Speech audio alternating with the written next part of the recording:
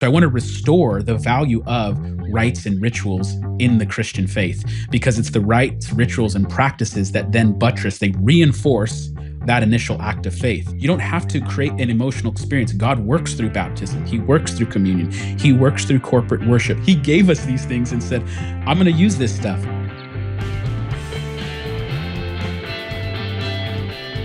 Hey friends, welcome back to another episode of Theology in a Realm. My guest today is Dr. Issac Serrano, who serves as lead pastor of South Valley Community Church in California. He is also an adjunct professor at Western Seminary in Oregon and on the leadership team for the Regeneration Project. He's also the author of the recently released book, When Life Feels Empty, 7 Practices to Cultivate Meaning, put out by InterVarsity Press, which forms the backdrop for our conversation, though we do, as always, chase a few shiny objects, which have to do with singing and church.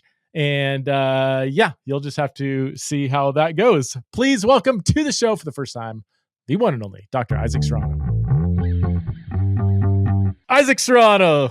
So good to have you on the podcast, man. Thanks for having me, Preston. Several years since I was on yours, so it took me a few years to invite you on my show, man. That actually took place in the before COVID, before things shut down. Right. And what's interesting, just a quick story was you just double checked to hit record to make sure this was recording. And we had just started then, Jay Kim and I, who you know, the Regeneration Project podcast. And we're like, just barely into it. It's like 2018, and we invited you on, and you agreed. And it was like, dude, Preston Sprinkle's going to come on. It's kind of like a big deal. And we got our little board, and we're just trying to get things going. And about 20 minutes into the conversation, maybe 30, and it was going well. I'm like going, dude, our podcast is going to be cool, dude. Like, this is actually a good conversation. Jay Kim looks over at me, and he's like, dude, we didn't hit record.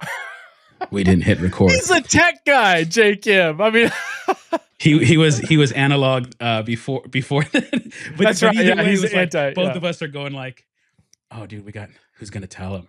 And you were just, what I remember was you were so kind and gracious. You redid like we redid the first 20 minutes and the questions, and you answered them, and you were very kind and gracious to us, even though we were very unprofessional. I totally remember that. Well, as we were talking offline, I reminded you that one of my first experiences with you was, maybe it was in response to that podcast. I thought it was before, maybe it was after.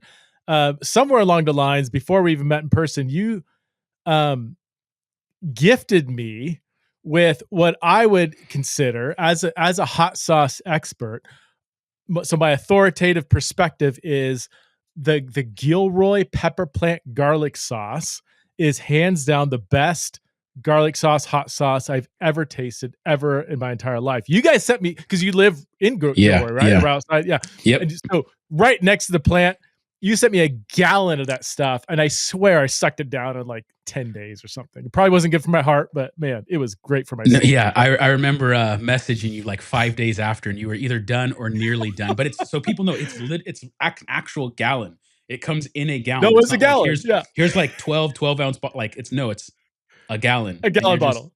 Just I think I drank it. I think I poured like a cup of it every morning. It is. It's pretty good. It's pretty good. If you live in like Central or even Southern California, most breakfast places have it. It's pretty popular out there. But yeah, it comes from Gilroy. I grew up in Fresno, so whenever we drove to the Bay Area, we'd always go through Gilroy.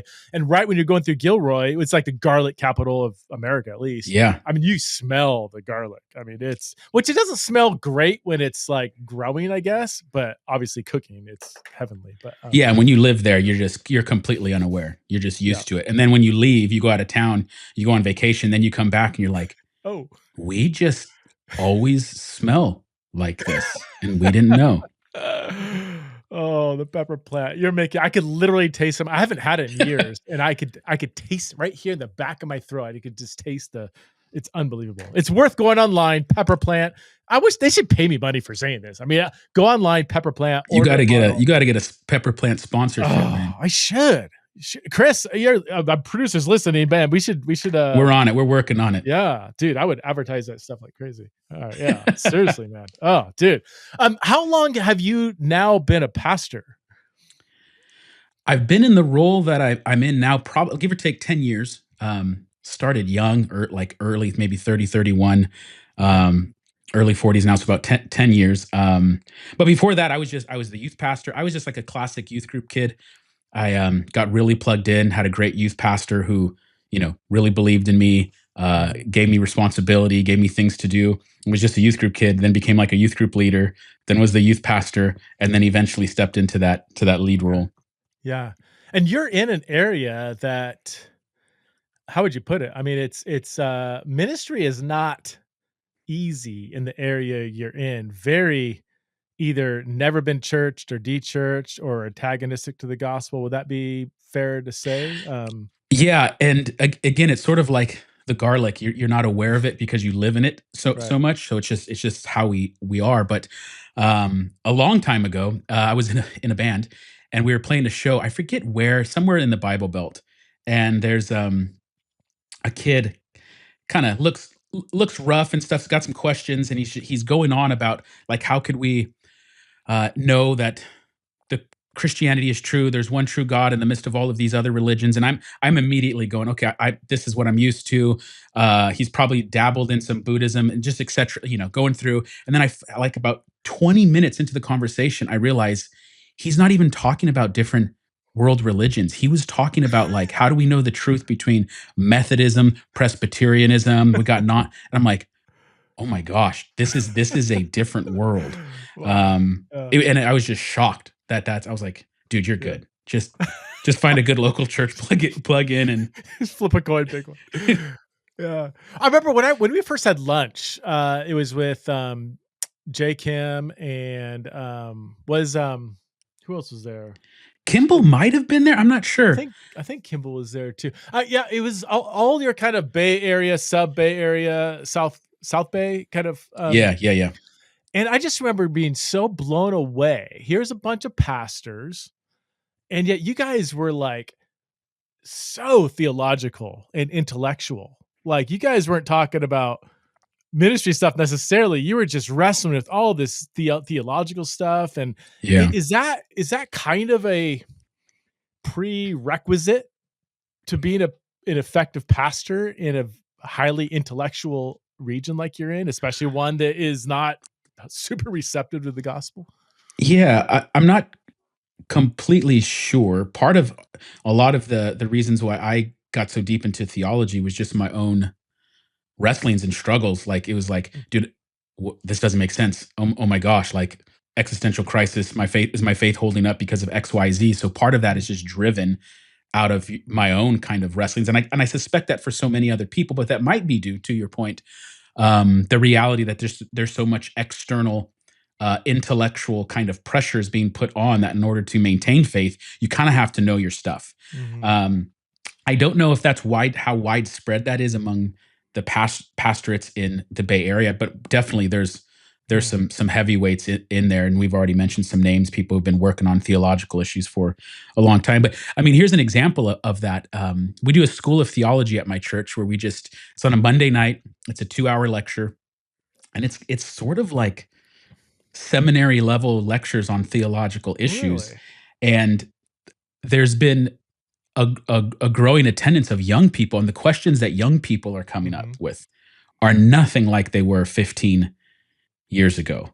They're not like, I had a young woman ask me about meophysitism, about, the Coptic, or the Coptic understanding of the incarnation of Christ. I'm like, where are you getting this? I never even Another heard of young that. man asked, why did you land on being a non-denominational pastor? It's like 18 years old, and he's going, I'm really wrestling with apostolic succession, da da da da da da da. And I'm going, where are you guys coming from, man? And they're listening to people online, they're on YouTube, they're wrestling through stuff. So if it's not the case, it's going to be the case that pastors are going to need a lot more theological training slash education just to keep up, because the young ones, they're watching Yeah. an hour Gavin Ortland video on Protestantism type of thing, and they're coming with great questions because of that. But ministers weren't necessarily trained in the past to be able to articulate the fine differences between Eastern Orthodoxy and Protestantism. So you give it every Monday. a 2-hour lecture Q&A discussion, or what does that look like? Yeah, so it's probably offered 4 or 5 times a year, and we have like a track that people go through where there's like a biblical interpretation track, and I'm not the only one who teaches. It's funny that you mentioned kind of the intellectual pursuit. The other pastor who's teaches a couple other pastors, but the other one's working on a PhD. Other one completed a master's degree, so Oh, they're all wow. kind of going down that road. But we do like a biblical interpretation class. Then we do like a systematic theology 101. We do some kind of core classes, and then every so often do like a fun one, like the spiritual warfare type of thing. Keep kind of throwing a spicy one to keep the energy going. But people come out. People are coming out, and we keep telling ourselves, like, we've offered the hermeneutics, the biblical interpretation now like 5 times, and we keep telling ourselves this is the last time people are going to come out for this, and they keep coming. Especially the young ones. It's different, man. It's As you know, it's like something's different. That's amazing. I've often said, man, youth pastors, college pastors are some of the most vital people in the church. If I could snap my fingers, and if I was a pastor, I guess, or in charge of the budget, I would do my best to try to find funds to provide education opportunities for youth pastors, get them a master's degree. Yeah. I mean, they don't need a PhD, but why not? I mean, 18-year-olds are asking PhD level questions as you face. Totally. I mean, it's not. And young people, I've raised 4 Gen Z kids. The questions they ask, I mean, are half of them I can't even I'm like, I don't know. I let me do some research and try to get a somewhat decent answer for this, or let's journey together in this. But they are asking really, really thoughtful questions, and they could sniff out the BS. Can I say that? Yeah. They could, when you're just cooking up an answer on the spot, they see right through it. And Yeah. and they need a thoughtful, humble, wise response. Even a response that says, I don't know, I'm not sure, or that's a really good question, or something like that. So, man, hats off to our youth leaders around the world. Yeah, if I didn't have, like, my youth pastor, hit me at was there for me at a critical time, and it's like, dude, I don't know where I'd be without that guy. Because he was just, even, it's not even, I know that, we can just say it's not about the programs. It wasn't about the programs, but it was like the programs were opportunities for the relationship to be established. And because of some of that stuff, man, he's just a dude who believed in me, when many didn't. Like, I wasn't, I always joke around, he probably shouldn't have, like, on paper, it wasn't a wise, didn't look like a wise investment type of thing. But without him, man, I have no idea where I'd be. So you just came out with a book, When Life Feels Empty: 7 Ancient Practices to Cultivate Meaning. This is your first book, right? It is, yeah. Okay. Yep. Have you always wanted to write, or is this just something that was on your heart, or where did this come from? Just to be brutally honest and kind of negative towards myself, there is a sort of a track that I've talked about with other leaders where, the bad motivations can sneak in, where it's like, okay, you've done it, you got a degree, you're growing a church, well, now you need to write. And it's just type of thing. And so at first, in my younger days, it was very much the case. I think so. But then I do think I sort of just died to that. Okay. And then others kept pushing me. Hey, you got some ideas. You need to really get out there. And so I think hopefully, like, my motivations are like 90-10, like 90 pure, 10% still, ego type of thing that's driving it. But some good people who have pushed me in that direction. I don't like I don't know about, like, if you do you like the practice of writing, or do you like communicating ideas? I'm an ideas person. I actually don't like sitting down and writing. Writing is, to me, the thing that energizes me the most. Even poring over every sentence. In fact, which I've just finished literally yesterday, the final draft of a book. I've been working on the final draft since like May, but congrats. That's the Genesis to Junion. Yeah, Yeah, good.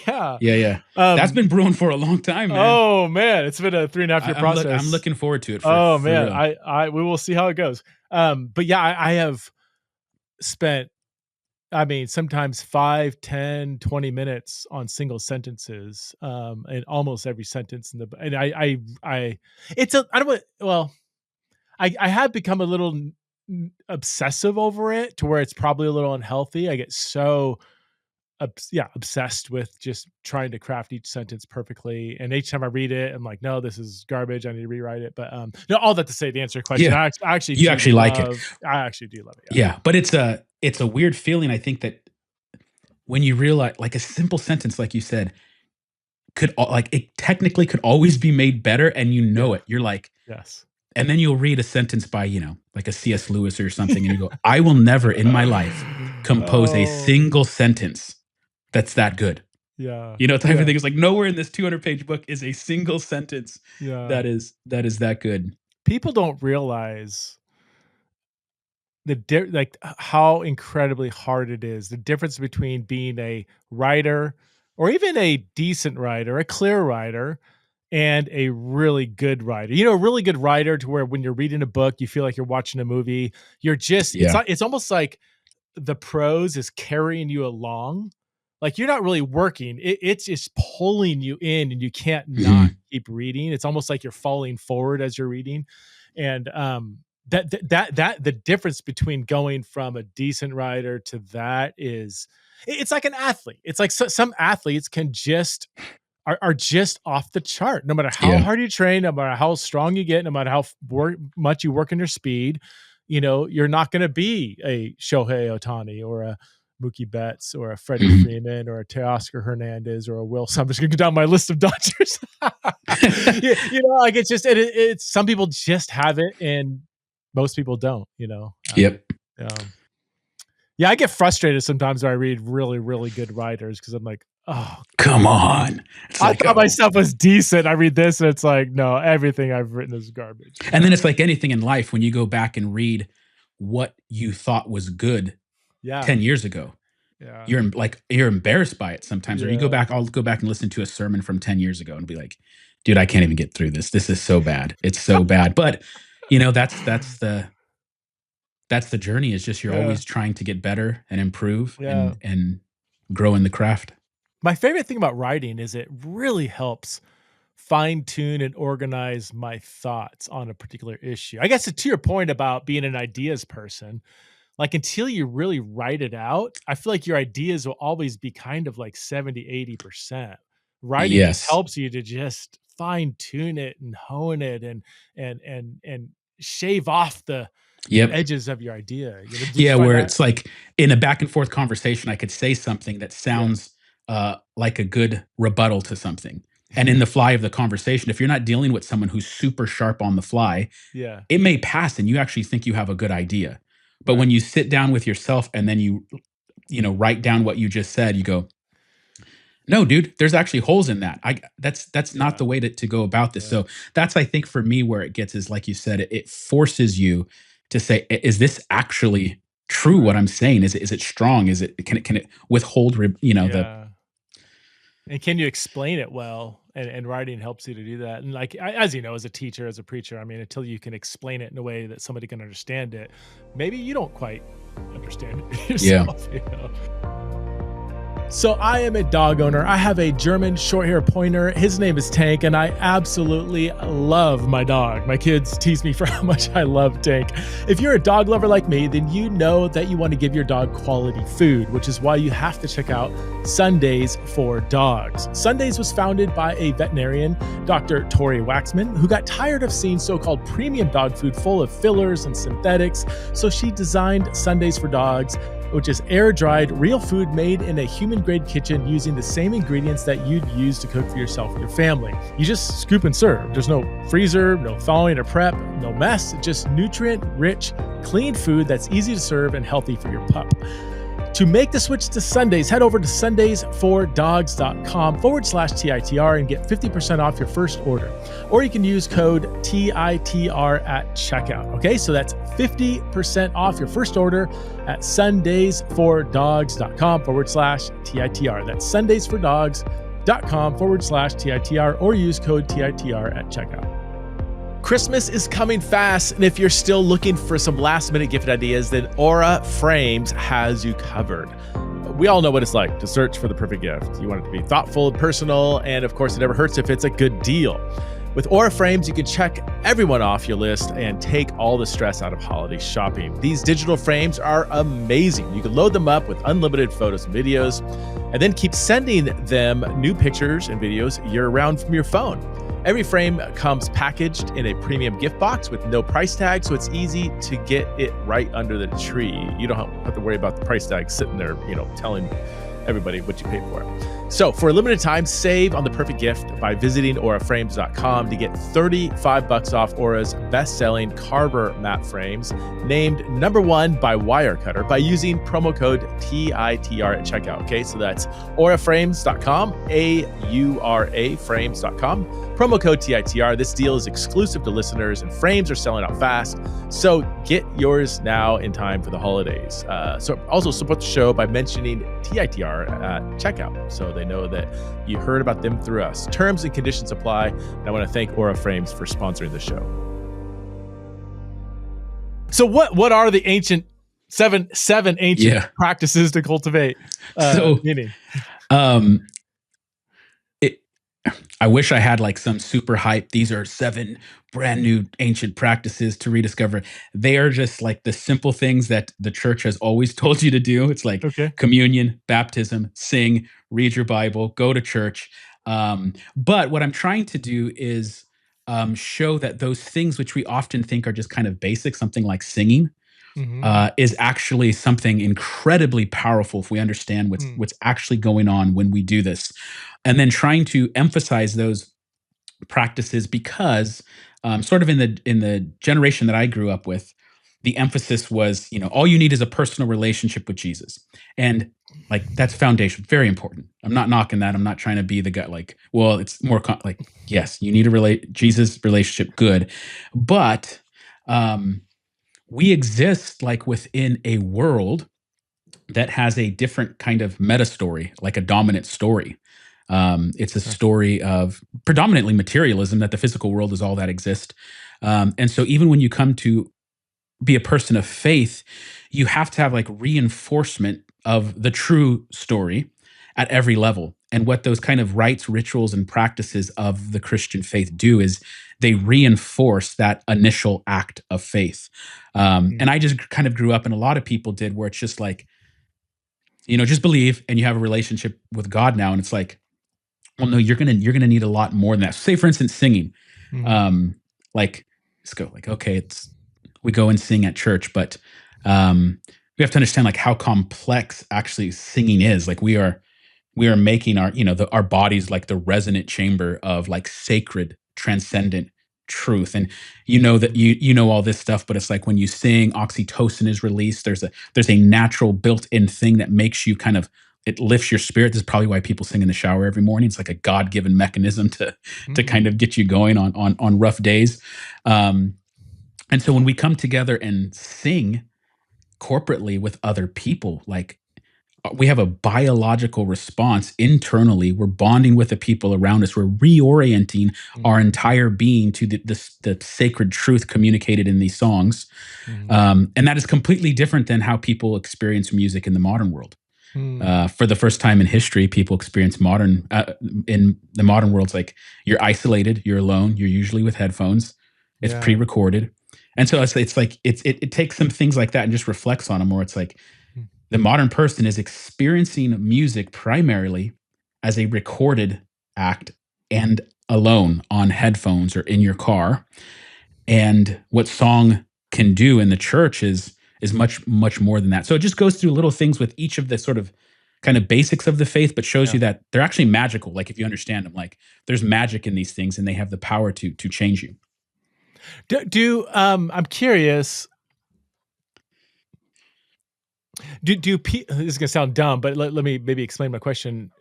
During say a worship service, do people have to actually be singing to experience that? Because like in my context in Boise, like maybe apart from the charismatic churches, like most people aren't singing during worship. I would say if you look around, maybe 20-30% of the people are actually singing. The rest are just kind of standing there. Is that the same experience, or do you need to be physically be individually singing as part of the group? Yeah, I think I mean, obviously there's still benefit to going to church, and even if you're just standing there and you're not singing, but by participating in it, I think a greater experience is happening. And it's not just so it's not as if just this is an emotional experience that we're creating from the bottom up, like let's create some hype and some music and Yeah. something, but rather that from the top down, God has constructed us at the bottom so that we are biologically wired so that when we sing, something is occurring us. So it connects the below with the transcendent above. And so when you are singing it, I think it is doing something important. Mm-hmm. But that's not to say like you've been in a car by yourself listening to a song and all of a sudden it does something to you, like it moves Right. you and Yeah. you weren't singing. But so my main thing is I know there's a lot of discussion and dialogue and debate about what's the best for music. Is the big megachurch praise band Right. the route to go? Is it hymnals and a piano? Is it we need to go back to hymnals and a cappella? I have my thoughts and opinions on all of that, but what my encouragement in the book is just a basic level is just get there and sing these sacred truths again and again and again. And they will do something to you over time. They will do something to you. And that's why you've seen like, on YouTube, there's videos of like an old man. He doesn't have as much energy or anything like that, but someone comes in and plays an old hymn that he used to sing and his body gets up and he start because like it's ingrained like deep in you at a basic fundamental level.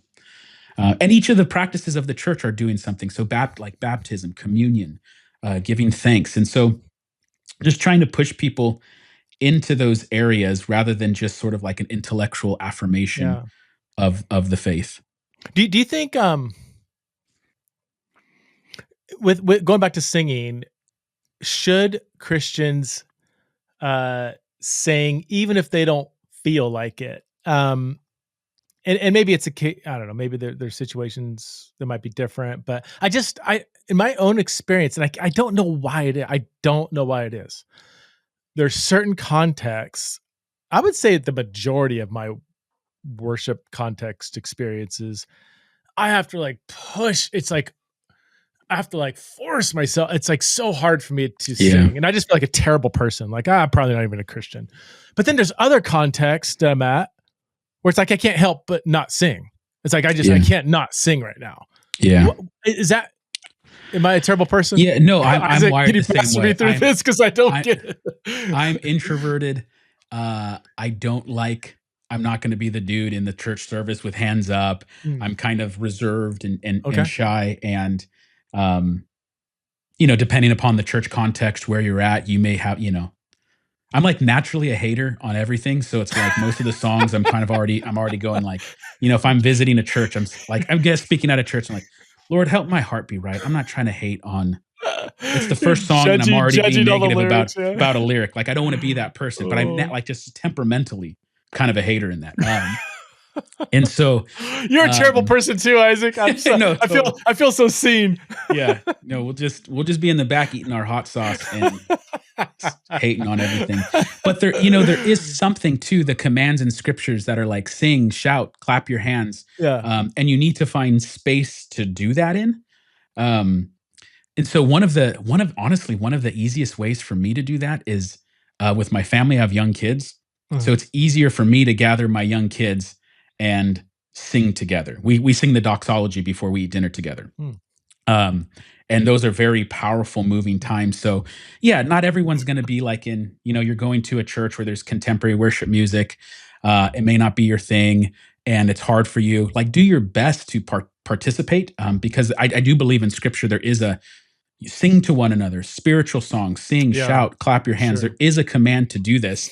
And I'm not the first person to say this, but it's like in any given relationship, the good things that you're supposed to do, you don't get to do them when you feel like doing them. There is like, no, you do these because they're the true, the good, and the beautiful thing to do in the moment. So there's a story I had that I share with the singing chapter where there was an old man who lost his wife, and it was one of those marriages where they'd been together for 50, 60 years. They're in their 80s or 90s. I don't even remember all the details, but they had always sat next to each other in worship, same seat.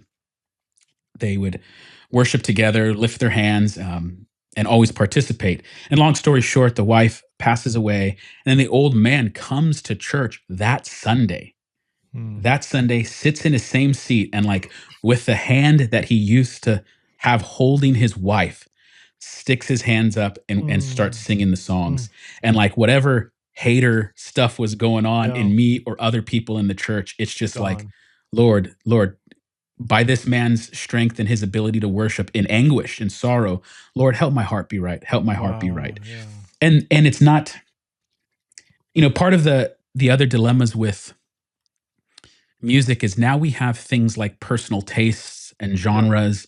And so we can not like certain things, where back in the day, Israel has a hymn book, and you sang those songs over and over again. And there wasn't multiple genres and playlists. It wasn't about what you preferred. It was, these are our sacred songs, and they tell the story of our people and our God, and we join in and participate in that story.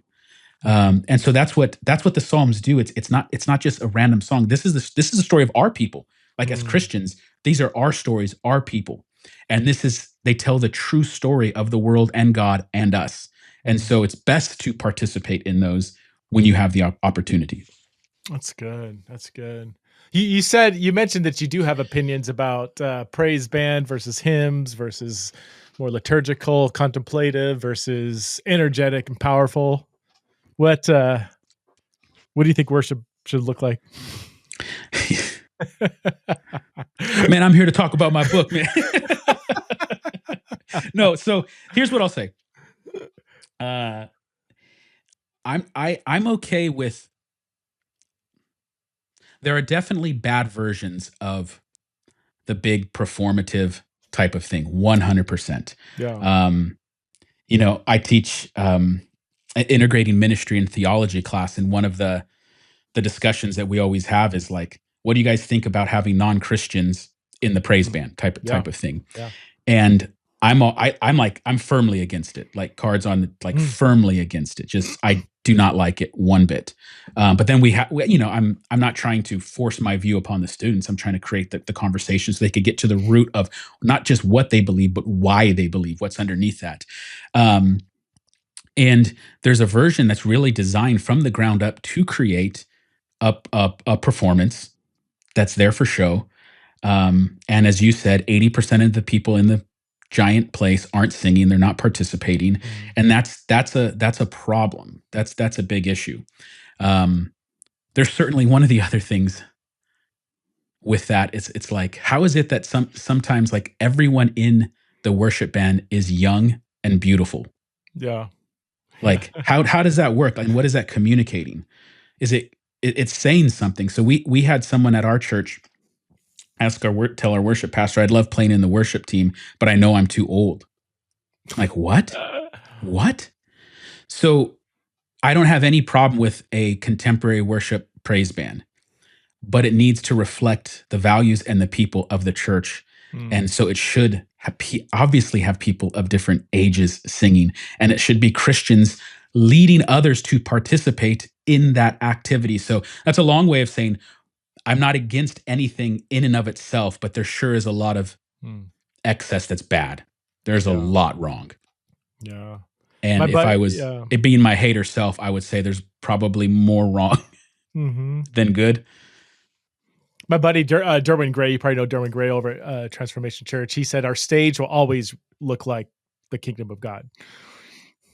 Age, color, male, female, beautiful, less than beautiful. Actually, he didn't use that category, but I mean, and it is like you look up and it's like, oh, this people on stage look like. If I look around the church and look at the stage, it's it's a seamless transition, Yeah, so that's a good way of putting it. There are pastors of very large churches that have the big band, but they've intentionally, theologically thought through what are we trying to accomplish with the worship here. Yeah. And I can roll with that. I can for sure roll with it. Yeah. And then also on the other end, there's some people who are just reactionary, and all of a sudden they're trying to be as trad as fast as they can. So it's like, well, over here we just do hymns on a piano because you're just reacting to something. Why are you doing that? What are the theological reasons for that? How does that fit your cultural context?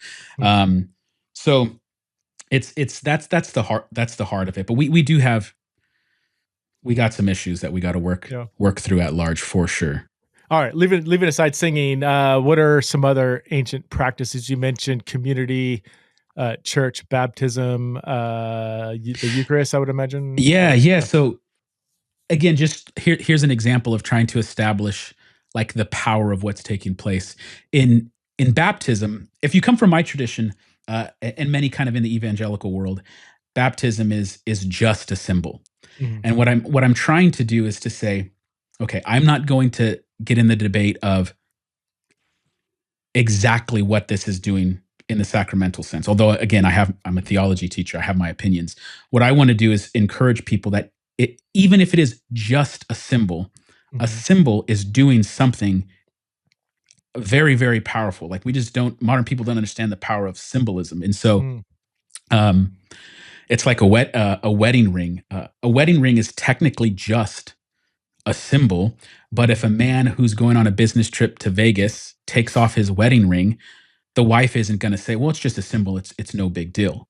When there's people protesting, say America, and they burn a flag, they're doing so because they know it's just a symbol, but it's doing something more. Right. And then the people who then try to stop said people from burning the flag aren't trying to stop them, saying, "Well, it's just a symbol." And the same goes for communion. It's just a symbol. No, there's something more. There is something participatory in those acts. And so baptism is a way that we ground our story in Christ's story. Our story is then bound to his. We go down into death like him. We come up.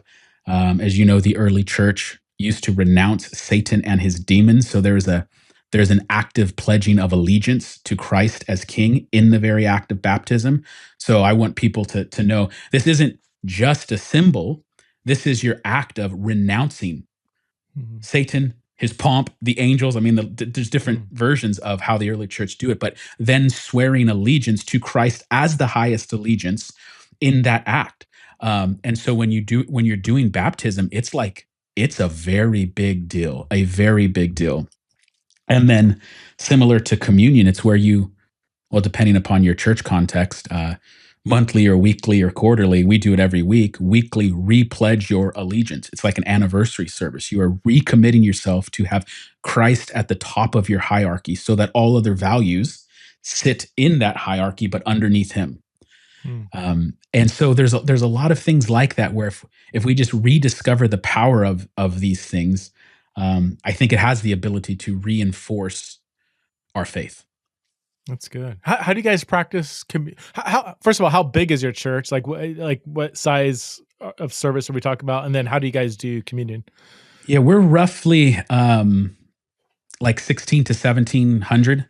Okay. On average Sunday morning attendance, adults, children, everybody.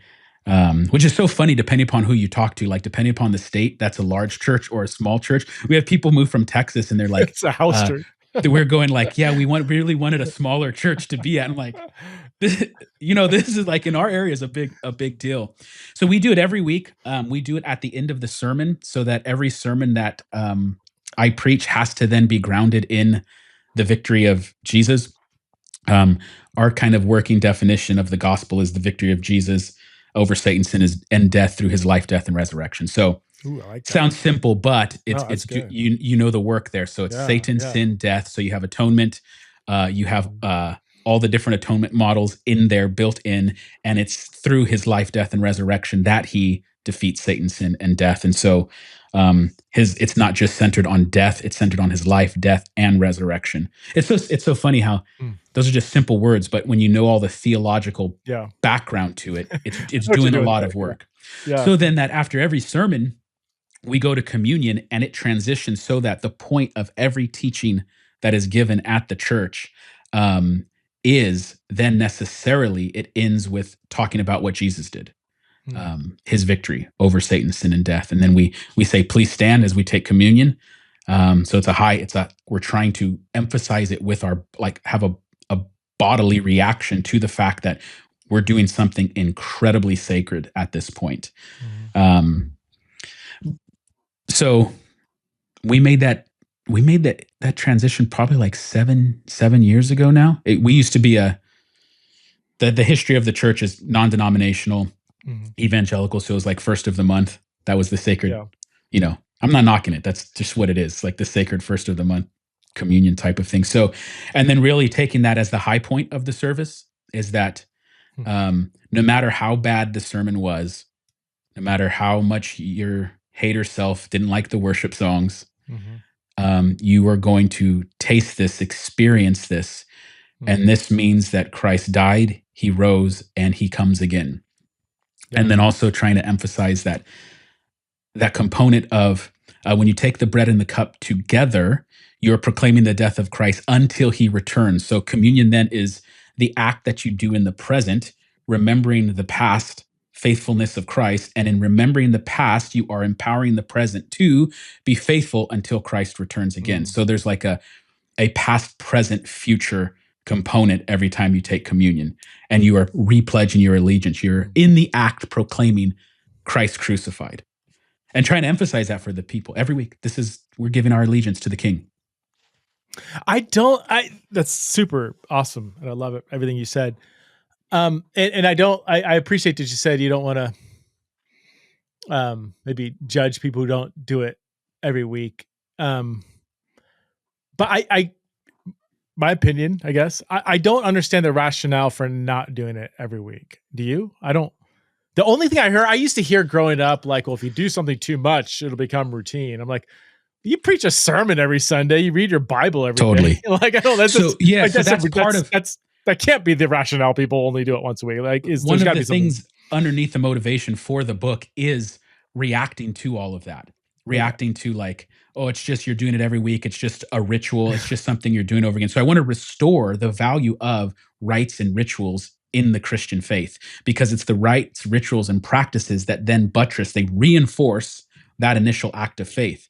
And so, sure, repeating something every week can turn into something. So can telling your wife, I love you when you go to work. That doesn't mean you don't do it. And so really, really trying to push people back to these sacred practices, because they're the practices that God gave us. So I'll put it like this. One of probably my critiques of big church, and I'm in a big church, so take it as it, but there's often an attempt to manufacture the experience. We're going to get God to come down and do something. But we're actually bypassing the God-given means and mechanisms by which he said, I work through these things. You don't have to create an emotional experience. God works through baptism. He works through communion. He works through corporate worship. He works through the corporate reading and teaching of Scripture. Like, he said that, he gave us these things and said, I'm going to use this stuff. And then we're over here trying to manufacture it at the cost of the basic practices that he gave us. So it is an attempt to restore practices, rites, and rituals that I think have kept the church on track for 2,000 years. Across the world, countless Christians face persecution just for practicing their faith. Many are threatened, imprisoned, or separated from their families simply because they choose to follow Christ. Their courage and their commitment in the face of these challenges is both inspiring and humbling.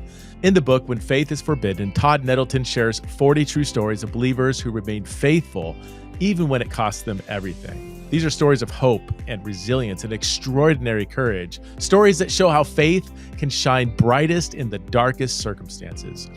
So whether you're looking for inspiration, encouragement, or a deeper understanding of the faith of others around the world, this book is a powerful reminder of what it means to stand firm. And the best part, you can get a free copy of When Faith is Forbidden. It's totally free. Just go over and visit vom.org/in-the-raw. Okay, that's vom.org in the raw to claim your copy and experience these incredible stories for yourself. So don't miss out on this opportunity to be encouraged and inspired by the courage of believers worldwide.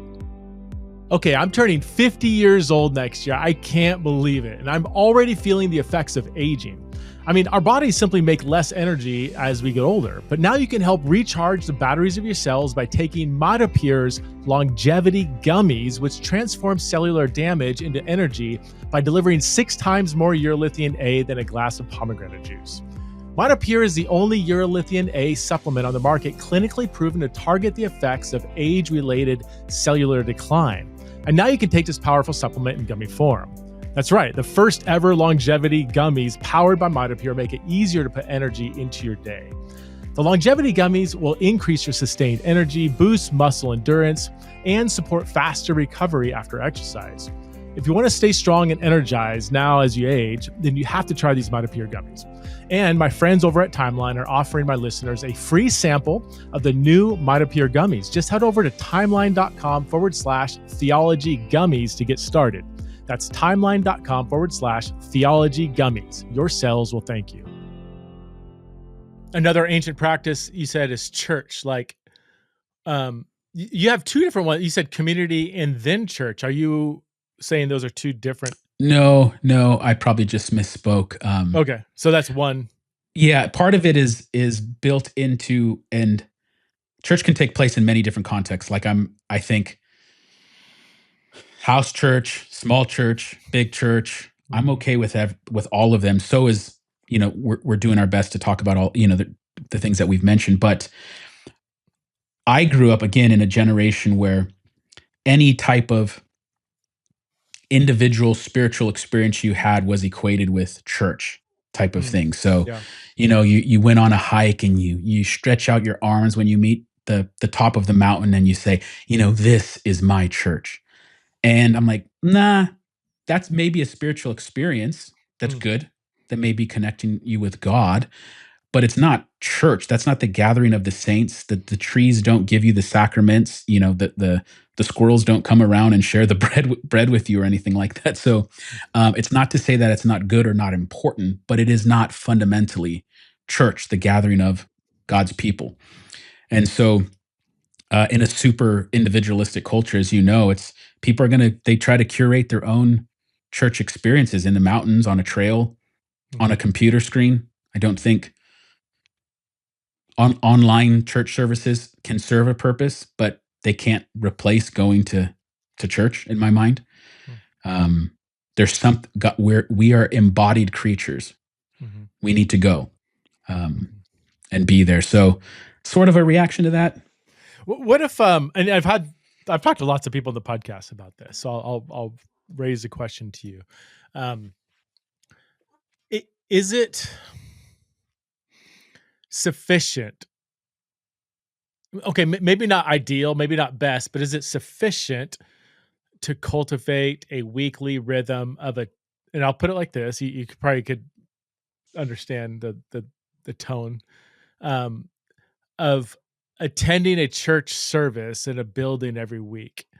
What if you're not really challenged by the message? What if you're one of the 85% that aren't really participating in singing?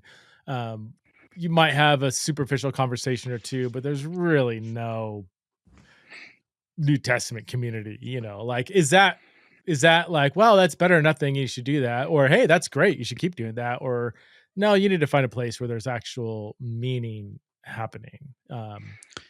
Like that's honestly just an ongoing question I wrestle with, and a lot of people say to me, it's just I spend an hour and a half, 2 hours every Sunday at church, and I'm empty.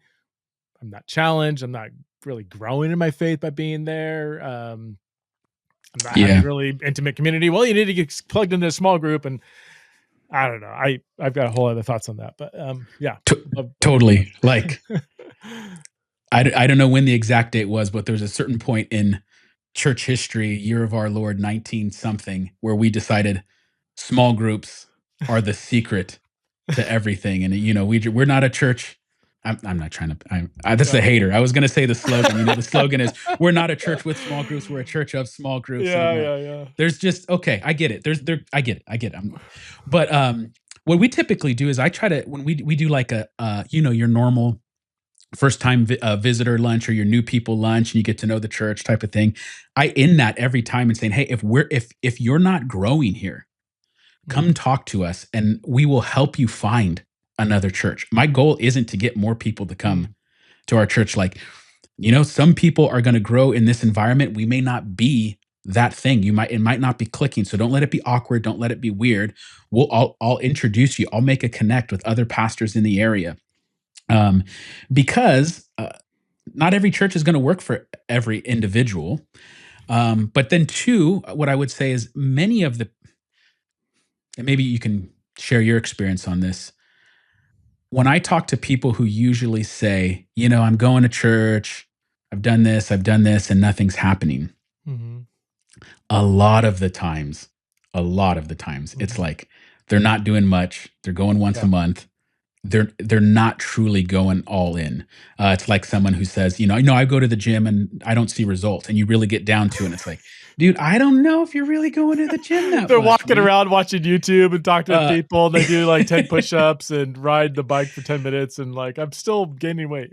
Yeah. But so then there's the person though, that let's say they're going all in. They're doing their best. They're trying at every level and something just isn't clicking. Then I think they just have a conversation and hopefully you're in a healthy enough church where you can bring that to the pastor, the leadership, and they're not going to take an offense to it. It's like, dude, what plan can we get you on? We do think there's value in you coming on Sunday mornings, but what do you feel like? Let's work. Let's try to get you out of this rut. And then lastly, I'll say is there is a very important needed retrieval of biblical endurance in that everything, especially in the publishing world, it's about how can we fix XYZ. And part of the Christian faith is also, no, dude, sometimes life just sucks. Endure faithfully. Keep going. Christ is worth it. Endure faithfully. Boredom is not the biggest problem to have. And so that takes wisdom. You can really hurt someone who's wounded and you're just saying, endure, toughen up. But there's also some people that need to say, you know what? Toughen up, endure. He's worth it. He's worth it. I guess the hard thing for me is, and I don't, I'm just really wrestling with it. And this, from what I know about you, this is probably not, I doubt I would experience this at your church. Maybe I would, I don't know. But like the whole like try harder thing,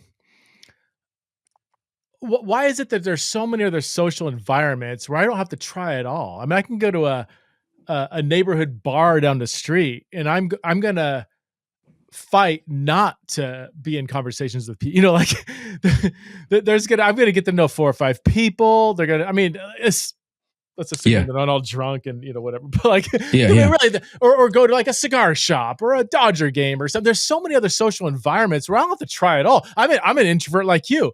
And so sometimes I don't actually want to talk to people, but I'm like, I can't not, like, I all of a sudden find myself in conversations with people.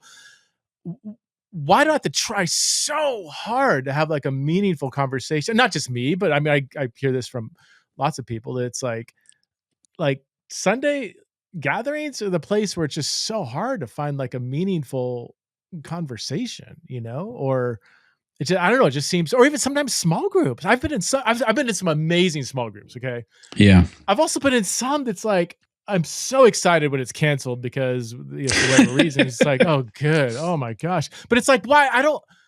I thrive on meaningful relationships or environments. Yeah. I love thinking about things. I love asking questions, engaging people and being engaged by people. Like I'm not some fringe, Yeah. hyper introvert that just like can't be around, So I don't know. I'm just still having a hard time putting my finger on why are some church experiences so difficult. That I have another follow up to that, another challenge, but would love. I mean, and I don't even know if it's an answer. I'm just thinking out loud, but Yeah, well, I would say that's definitely true of some churches, but maybe I have just as equal bad experience in other situations where I've been to get-togethers or whatever, and I'm doing like, dude, this is awkward, man. Thanksgiving. Like, so yeah, so to me, it's more just reflective of Okay. like the human condition in general, but that's maybe just because the percentage has been equally dispersed among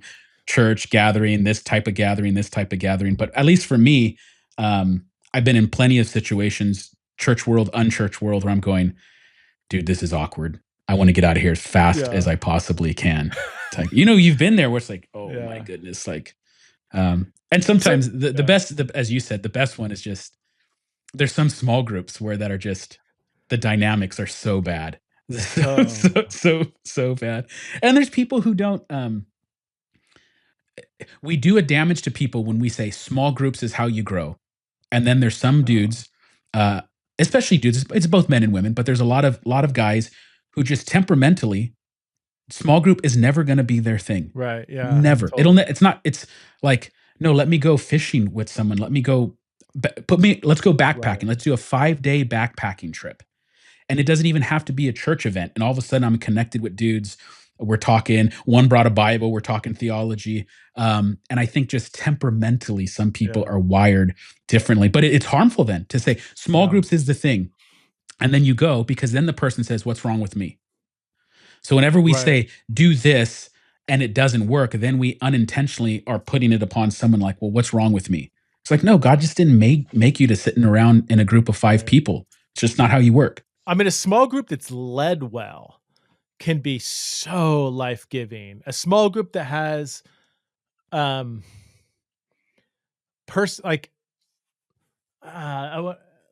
don't want to say everybody's like an electric personality or whatever. Like, that's not what I'm saying, but like, there has to be a vibe, an atmosphere that's drawing people out, that people are being honest and vulnerable and meaningful in their conversations, which comes back to being led well. Some of the worst places you can ever be is a small group where it's not led well.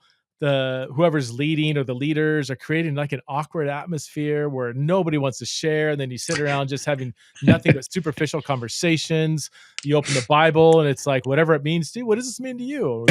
All right, great. You pool our ignorance together. And it's like, I just don't have time. I have so many other places where I can go to the bar and have a great conversation about Jesus with somebody who doesn't know it. Or I only have limited time. So it's like, sometimes if I'm in church environments where it's just like, this is just not, there's so many other things I could be doing with my time right now. So I'm not, I don't know. It's like, I have to justify myself. Why am I here? The hardest one for me is when church environments aren't just neutrally lacking meaning, but are almost like actively pushing people away from Jesus. You work with youth. I've raised 4 youth, Gen Z kids. And I tell you what, man, I've been so challenged when I've seen people be more turned off from Jesus by certain church environments. That's when I'm like, then don't go to church. I mean, Jesus is more important than attending a church service, and I don't want to put those two against each other. But I've seen it firsthand, man, and it's disturbing. And I'm, I don't know. I don't. Yeah, I guess the one thing. And there's a very difficult balance to find, because there's a lot of people who have experienced genuine hurt from the church world. There's also, if you've been in ministry for a while, there's some people who are just like take up an offense because the church, and you're like, over that? You left the church over that? Right. And it's just pure individualistic consumerism. For sure. And it's like, you went to 10 churches and all of them were bad. It actually might be you that's the problem, not every last Christian in church in town. That being said, there have been people who have moved away and they're like, Pastor, I'm doing my best. I'm in a community. There's 3 churches. I'm doing my best, Pastor. I really want to plug in, but Mhm. da da da da da da da da da da. And so Yeah. what I would tell people is, well, again, do your best to find a gathering of the saints, Mm. and the sacraments are there. The Thanksgiving is there. The prayers are there. And that could be a house church, a small church, or a mega church. But yeah, a lot of times it's no coincidence that a hyper individualistic, consumeristic culture can't find the church for them type of thing. So that said, be sensitive to people who have experienced really messed up Mhm. stuff, and we just Yeah. shouldn't put up with it. Like pastor, like when pastors should just be removed. Like if you do that type of hurt, like you shouldn't be in the pastorate type of thing. Mhm. There's another balance. Like we want to be able to, um, like Rich Mullins said way back in the day, "I will be my brother's keeper. I won't despise him for his weakness." We Mm. want to be able to come alongside each other and help each other and make up for each other's weaknesses. But there is a line at a certain point where it's like, no, this is whack. This can't Mhm. be allowed anymore, because it's hurting people. That's so good. And I want to add this because I've been kind of hey, could sound like I'm hating on the church. And if you're a first time listener, please do listen to my 1,000 other episodes where my thoughts here maybe are a little more balanced. But I do want to say this, man. I have been in some amazing church environments and been around some of the most amazing, humble, wise, godly, meaningful pastors day in, day out. They're doing so much for their people that often goes unseen, that thousands of hours in prayer, the hospital visits that aren't advertised, the agonizing over hurting people, the stress, as you know, of Yeah, pastoring a church. I mean, just I so and yeah, so yeah, even though I've had some experiences that are just kind of like, eh. I've honestly, I've never been part of a truly, I would say, toxic church where there's like an abusive pastor who's like wielding his power or domineering. I've had a pretty mild to positive church experience and have been in churches where leaders are really really fantastic. So, um, I don't know. but you've heard the stories, especially I've with heard the what you do. You yeah. hear the things, And I'm and not just talking about just the abuse, the sexual, physical, emotional, spiritual abuse. Those are definitely there. And I haven't experienced that firsthand, but I know lots of people who have. For me, it's more just the the lack of meaning and challenge, the kind of routine of just kind of basic sermon after sermon after sermon when we've got Christians being slaughtered in Nigeria, a totally, massive civil war in South Sudan, a U.S. and evangelical backed genocide in Gaza. I just don't, people, so it's just like I just sometimes it's hard just to sit in the service and hear a youth group level sermon yet again on something that even I'll look to sometimes my we've been in churches where I'll look to my kids who are like teenagers and they're like, this is so basic, like I'm like, you're 17. This should be like profound. Like, this is just like, I've got questions about the problem of evil and how come we pray for healing and we celebrate when that yeah. person's healed. And then this person dies of cancer and nobody talks about that. And like, how come?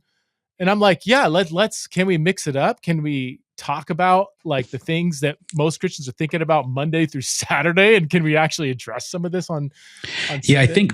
I mean that should just be played again to pastors, in that's what the people want. That's what the people need. That's where they're on YouTube. They're listening to Yes. hours of video online, getting this deeper stuff, the stuff of Mhm. substance and meaning. A big part of evangelical sort of normie culture was the method. It's here's Mm. 4 tips on how not to get angry, and we're going to be doing a 4-week series on that. And again, I'm sure there's great series like that Yeah. that have helped people with their anger, but People want substance, and pastors should be encouraged. And so my encouragement would be, if you feel that way, go and talk to your pastor and say, hey, look, it's not just me. Don't do it in like with a negative attitude. Say, we love you, but we're ready to go deeper. We want to go deeper. Our people are hungry for this. And we've done that and seen it, like with our School of Theology, with our sermons. We kind of just go through books of the Bible, verse by verse, kind of. It's exegetical, but it's deep, and people want that, and the young people want it. There's the 15-year-old who's taking notes. And so we need to be people of substance. We need to be people of meaning. And here's the thing, if not, how do I say this? If pastors aren't going there, your people are getting discipled somewhere else.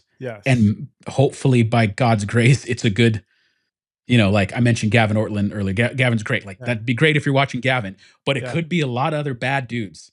And we've seen, you see that where it's like, actually, no, you don't go to this church.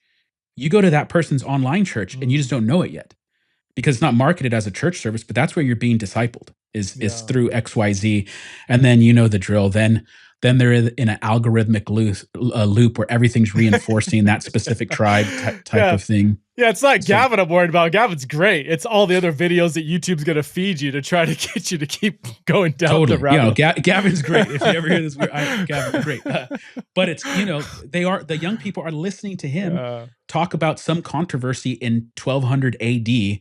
Meanwhile, and then they go to church and they might hear, some real quick pop level stuff. And so, not to be negative, the positive way to frame it would be, pastors, now is the time to go deep. You don't need to be fluffy and cute. They're listening to Rogan for 4 hours. Right. Your sermon is not too long. It's just too dry or boring. It's not like there's some people who give great 20-minute sermons. There's some people who do great 45 minutes. Find your sweet spot, know what you're good at and gifted at. But don't think for a moment it's people are going to leave your church if you go deep. That's not going to be the case. It's not going to be the case right now. I'm going to frame that last 30 seconds that you just said. It's so good. And your sermon should be dictated by your gifting and abilities, not a prescribed, we do 38 minutes on Sunday. Some pastors, MacArthur used to go, I think, an hour and 15, hour and 20 minutes. John Tyson gave an hour and 40-minute sermon on the transgender conversation. It's one of the most downloaded. It's the most downloaded sermon he's ever preached. And he prepared, 6 months for it, and fasted for 40 days and read like 20 books, there's not every Sunday is going to look the same. Anyway, man, I so appreciate your thoughtfulness. I just love that you do these lectures on Monday nights. And I love even more that people keep coming to learn hermeneutics and work through hard stuff. So, man, thank you for your ministry. Again, your book, When Life Feels Empty, 7 Ancient Practices to Cultivate Meaning. Would invite people to check it out. It's put out by IVP. Thanks again, Isaac, for being a guest on Theology Raw.